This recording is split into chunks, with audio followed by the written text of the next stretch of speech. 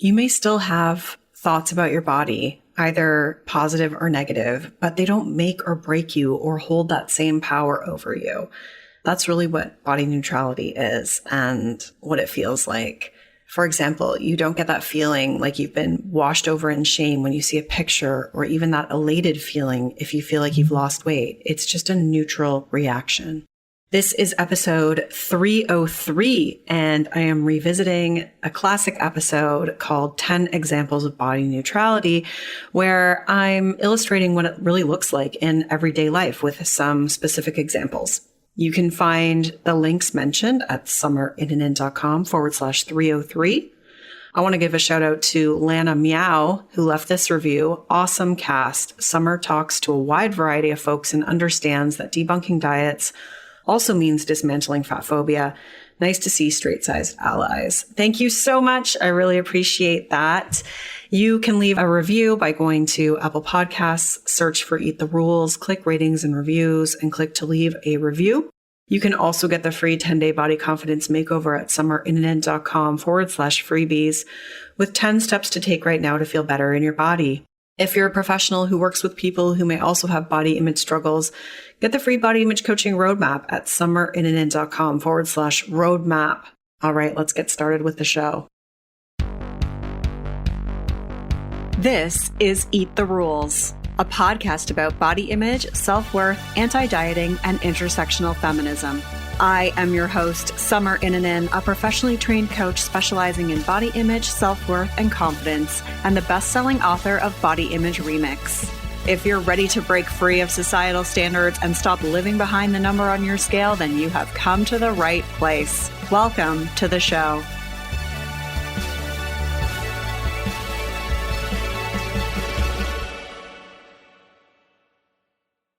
This episode of Eat the Rules is brought to you by You on Fire. You on Fire is the online group coaching program that I run that gives you a step-by-step way of building up your self-worth beyond your appearance. With personalized coaching from me, incredible community support, and lifetime access to the program so that you can get free from body shame and live life on your own terms. Get details on what's included and sign up for the next cycle at summerinnanen.com/you on fire. I'd love to have you in that group. In the last episode 259. Oh my God, I can't believe I put 159. No, we're 100 episodes ahead of that, Summer. Geez. Okay. Wait a minute. Where are we? Yeah, 200. Like what? 259. Okay, so in the previous episode 259, I think I just lost 2 years of my life. We talked about what a positive body image, like how to sort of measure that and how to assess that.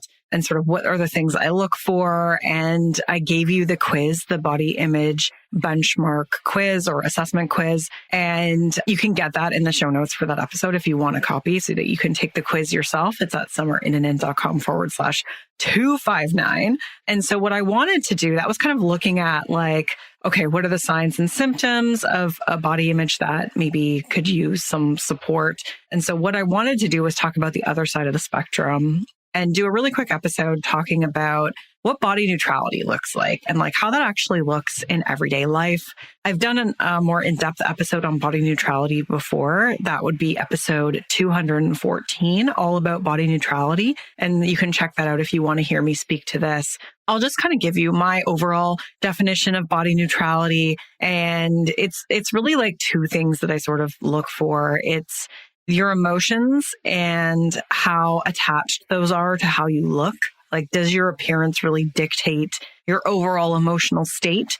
And the second thing I look for is, does your appearance dictate how you value yourself? You know, does the size of your body determine how you feel about yourself on a certain day? What we want to do is really detach those two things from how we look and get to a place where how we look and how we feel about ourselves as a whole doesn't have anything to do with how we look. Did I say that? So how we, like the emotions that we have and how we value ourselves as a whole, we don't want those to be tied to how we look. So that's really what I'm looking for. When I work with people, that's what I help people with. And that's really just like a first step, right? Like that's getting to body neutrality. And of course, we can move past that to where you really appreciate your body or feel confident in your body. But I just feel like body neutrality is like more easier to get to, and also just gets you to the space that like you feel so much better and you have so much more mental space. You may still have thoughts about your body, either positive or negative, but they're not going to make or break you or hold that same power over you. So for example, when you see yourself, in the mirror, you don't get that like feeling where you've been washed over in shame or panic, or even like that elated feeling if you perceive yourself as having lost weight. It's just like a very neutral reaction. It's like, oh, hey, there I am. And I also really want to say that this doesn't mean like feeling body neutral, getting to a place of body neutrality doesn't mean that you don't feel a certain way if you experience discrimination for your body.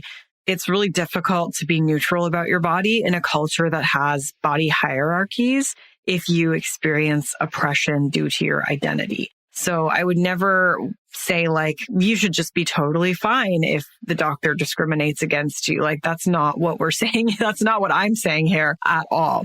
It's really important to know that your body is not the problem and that the culture is the problem.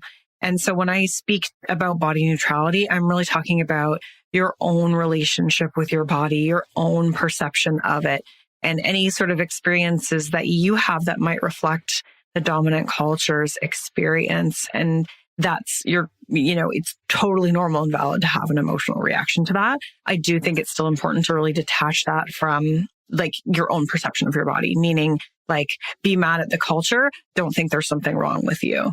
And I also just always want to note that I come from a place of privilege because I'm white. I'm in a straight size body. I don't experience discrimination based on my body. So therefore, it's always easier for me it would be easier for me to feel neutral in my body. And that's important for me to mention. So with body neutrality, I really like that as the initial goal, because if you're constantly fixated on your body or feeling anxiety or shame about it, then it's really hard to imagine not feeling that way anymore. So if we can get to a place of body neutrality as a first step, it just becomes easier. It feels more doable, right? Than feeling confident in your body every day. Like, do I want people to feel confident in their body? Sure, of course. But I don't think that's always the most realistic or achievable, and body neutrality is a better starting point. I also have issues with the whole love your body messaging that I talked about in episode 213. It was called Rant on Loving Your Body and Body Positivity. So you can check that out if you want to hear me speak to that. Right now, I want to give you 10 specific examples of body neutrality. This is sort of like what we're going for. Or if you want to, you don't have to. But when I'm working with people, this is generally what we're aiming for. So number one, seeing a picture of yourself that you don't like and you don't feel any emotional reaction to it. So kind of like seeing a picture of a car that you don't like you see a picture of this like brown station wagon. You're like, oh, I don't like that. That's kind of how I want us to be if we don't like a picture of ourselves. So rather than feeling that heat in your chest or that knot in your stomach, that sense of disgust or shame or sadness, it's just neutral. Okay, I don't like that picture. Done. Boom. Move on with your life.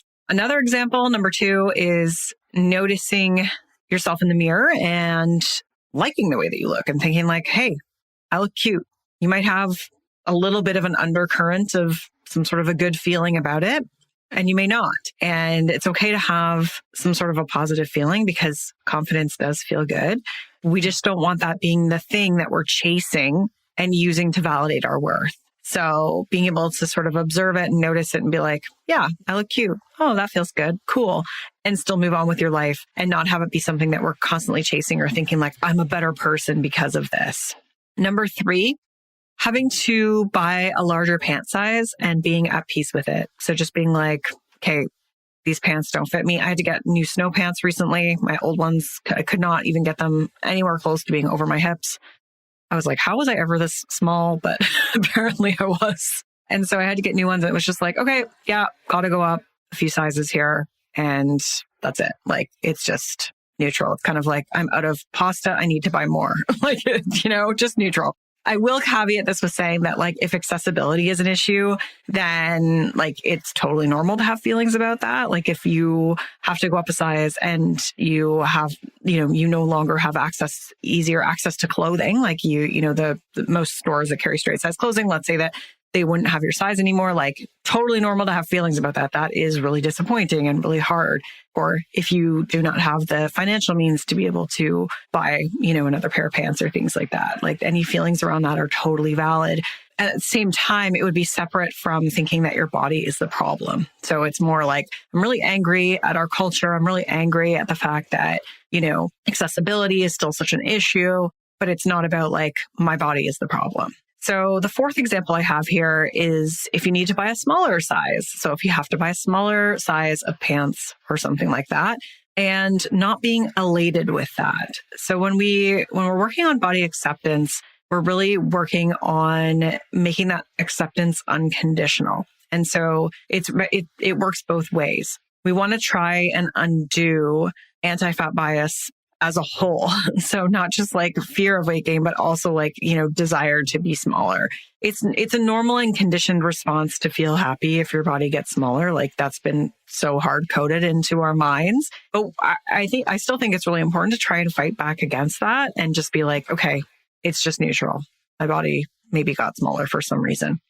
Number 5 example is missing a few days of working out and it being no big deal, versus that being something that really increases feelings of shame or anxiety about your body. So just being like, oh, like I had to take a bunch of days off this week, no big deal, move on with your life.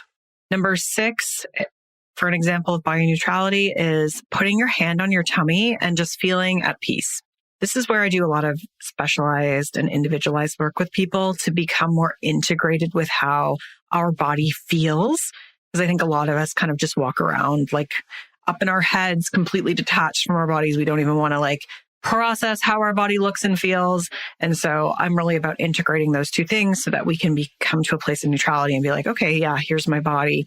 Whether this is my tummy, I can feel it, or that's my tummy, I can see it in the mirror. And I feel totally just like nothing much about it. I just feel at peace, or I feel at calm, or just like, that's it. Number 7 is stepping out of the shower and seeing your whole body in the mirror. And that's it. Like, you don't feel anything about that. You're just like, okay, what am I doing next? Like brushing my hair, going to put on underwear, like whatever it is. Number 8 is going to a social event and feeling at ease. So you may have some negative thoughts drift in, but you're able to really stay present and feel comfortable in the presence of others, assuming these are safe people in your life. Obviously, if like there are a whole bunch of like assholes, then, yeah, you might feel a little bit, you might feel a certain way in that environment. But assuming these are safe people in your life, just feeling really at ease, not sort of like fixating on like adjusting your shirt or like feeling really less than, like just feeling at ease and being really present. That's a great sign of just being neutral in your body.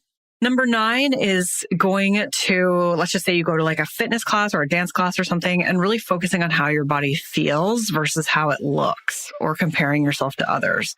You're just in the moment, you're feeling the music and the movement, and you're just totally present with that. And you're not like worrying about your body or what other people are thinking of your body. And then the last example I have, number 10, is seeing an older picture of yourself when you were thinner. Let's say you were thinner when you were younger, as many of us were, and not comparing yourself to that or feeling less than, like not thinking like, oh gosh, I really wish I looked like that, or what's wrong with me now.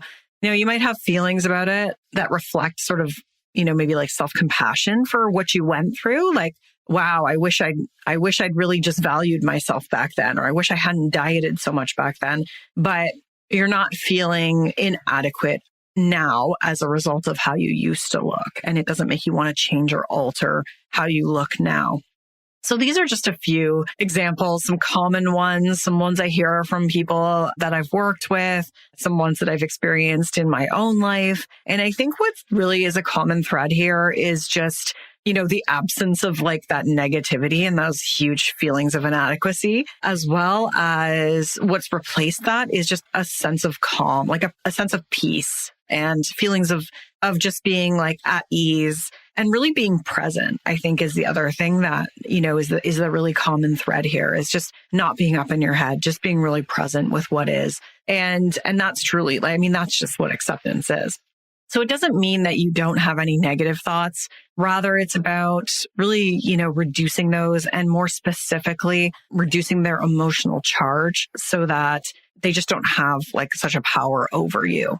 We can notice them, we can move through them, and we're in that just a more grounded state of mind. Your appearance doesn't have that emotional charge, like I said, and it just doesn't define who you are. You're not thinking oh God, I'm a terrible person, or there's something wrong with me as a result of my body. I also just want to mention here that feelings are not static. This does not just turn on. It's not like just one day you're like, I've crossed over. This is how I am now. I'm body neutral. So you're likely going to kind of feel this way, like it's going to come in with little sort of sparks of it, little seeds will be planted. And then the more that you kind of invest in, working through the thoughts and working through your feelings, then the more that you're sort of fertilizing and watering those seeds, and the more that they grow. And then the more that state of being will really become your baseline. And what you've worked so hard to change, the thoughts that you've worked so hard to change, will become your dominant thoughts, instead of the old way of thinking where you were constantly critiquing yourself or worrying about your body size. So we really gain a lot of mental space by being in this place. That emotional weight being lifted is huge. And you can really just care and tend to your whole self in such a better way when you're not letting your body size dictate what you should do. And it's really the outcome of body neutrality. It's these things that I mentioned, and that's great. That's amazing. But what is really the cherry on top of that is what you're able to do with that extra time and energy, and what you're able to do by being in a more present and grounded and peaceful state. That's really where the beauty of this work comes in. So you might have more time to just relax because maybe you were completely stressed out all the time. You may have more time to get involved in activism, read the 10 books on your shelf that you've been wanting to read, be more social. You might be able to volunteer. You might be able to be more present in your relationships. If you're a parent, you might be able to just be more present with your child. The ripple effect into our life is really significant. I've seen it impact so many different areas of people's lives. They maybe start to become a writer, or they start to volunteer, or they just feel like they're a better parent. It's just so many different things that I've seen. And so I really want to be clear that the body neutrality is really kind of this gateway to then, being more open to having time and energy for other things that are really going to give you a greater sense of purpose in your life, and a greater sense of fulfillment and satisfaction. And that's what's really beautiful too. And sometimes it's just about having more mental space, because that is something we can all benefit from. All right. Do you have some examples about body neutrality that you want to share with me? Maybe some things that you've noticed in your own life. You can feel free to send me an email, send me a message on Instagram or Facebook. I'd love to hear from you. And I hope you enjoyed this episode. You can find all the links and resources mentioned at summerinnanen.com/260. And I'll be back again with another body image series episode next week. Thanks so much for being here today. Rock on. Thank you so much for listening today. You can find the links mentioned at summerinnanen.com/303. I will talk to you next time. Rock on. I'm Summer Innanen, and I want to thank you for listening today. You can follow me on Instagram and Facebook at Summer Innanen. And if you haven't yet, go to Apple Podcasts, search Eat the Rules, and subscribe, rate, and review this show. I would be so grateful. Until next time, rock on.